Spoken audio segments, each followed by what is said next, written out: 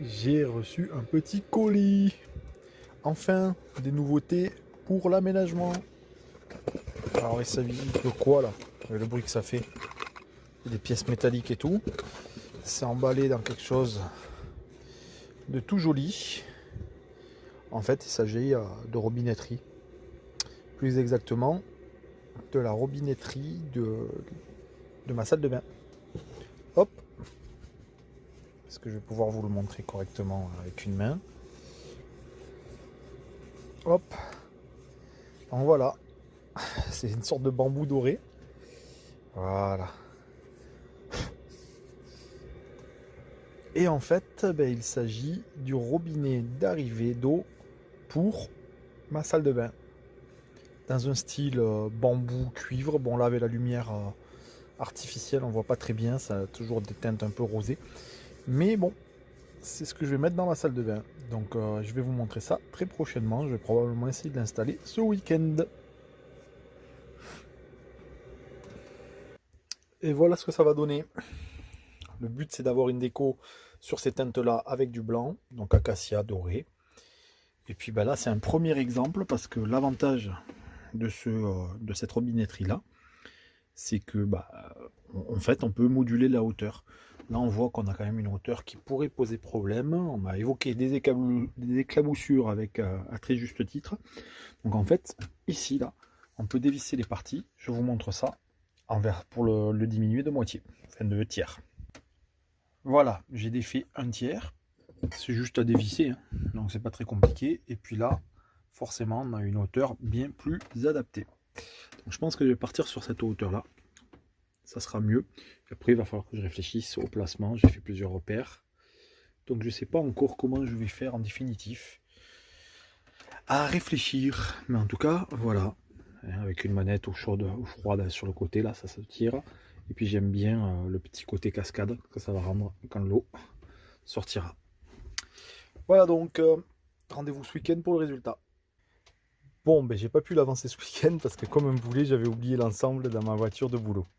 Mais bon, j'ai pu récupérer ces deux flexibles là. Ça coûte une quinzaine d'euros quand vous achetez les deux. Et c'est ma mère qui a pu me les refiler. Voilà, donc il nous faut juste un tout petit pas de vis comme ça. Qu'on va venir rentrer, je sais pas si on va le voir avec le peu de lumière. Là-bas au fond, il y a un petit insert dans lequel il faut le visser. Hop.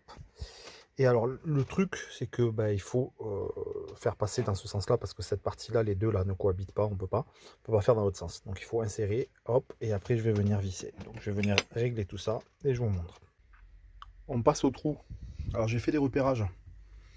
Ici, finalement, celui-ci est le plus adapté puisqu'avec la manette, si je me mets trop là-bas, ça risque de toucher, déjà d'être gênant. Il faut bien calculer aussi pour que la chute arrive dans l'évier, la chute de l'eau. Donc je vais faire ici, il ne faut pas que je me loupe. J'espère que je vais pas faire de bêtises. J'utilise la scie, enfin la toupie, de manière à y aller progressivement, mais ne pas faire un trou trop gros comme ça a pu m'arriver avec mon plan de travail. Et puis j'ai l'aspirateur à côté pour tous les petits débris. C'est parti pour le trou. Voilà, c'est posé. Bon, par contre, j'ai vraiment encore fait très juste le trou. Et puis il me reste la partie inférieure, tout ce qui est connectique. Alors c'est le bordel en dessous, hein, désolé. Et il me restera qu'à raccorder ça sur mon arrivée d'eau chaude et d'eau froide. Voilà. Et pour le dessous, voilà, avec la bague de serrage.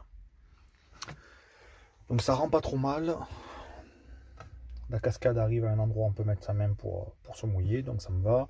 La manette n'est pas bloquée, elle n'est pas embutée, elle n'est pas gênée. Donc le positionnement me semble bon.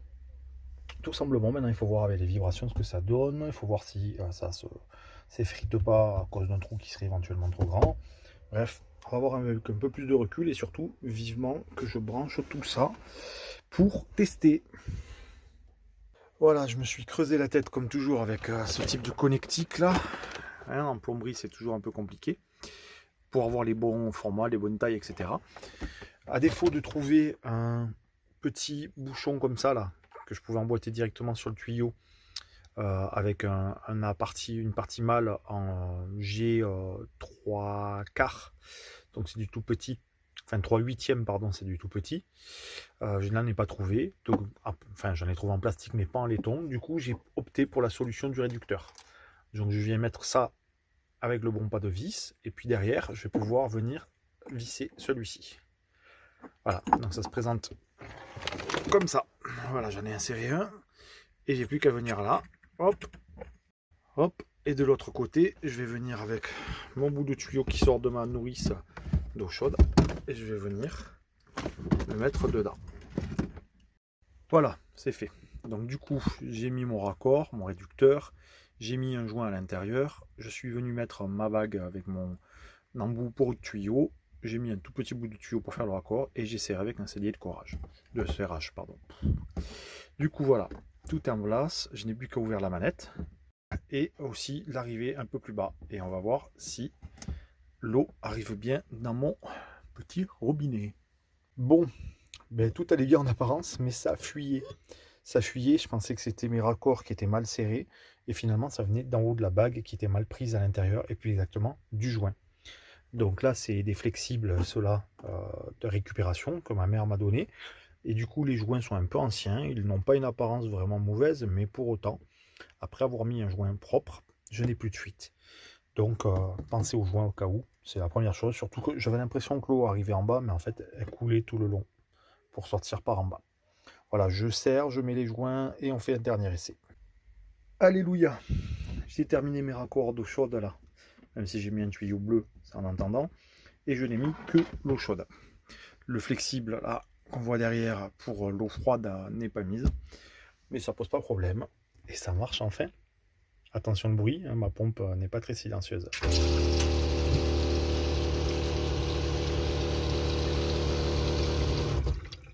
Donc c'est très bien, c'est parfaitement fonctionnel, plus de fuite de ce que j'ai vu. Je vais surveiller ça de près, forcément. Et ça fait plaisir, je vais pouvoir me laver les dents ici, plutôt que dans la cuisine, et les mains aussi, bien entendu. Bref, ça fait plaisir.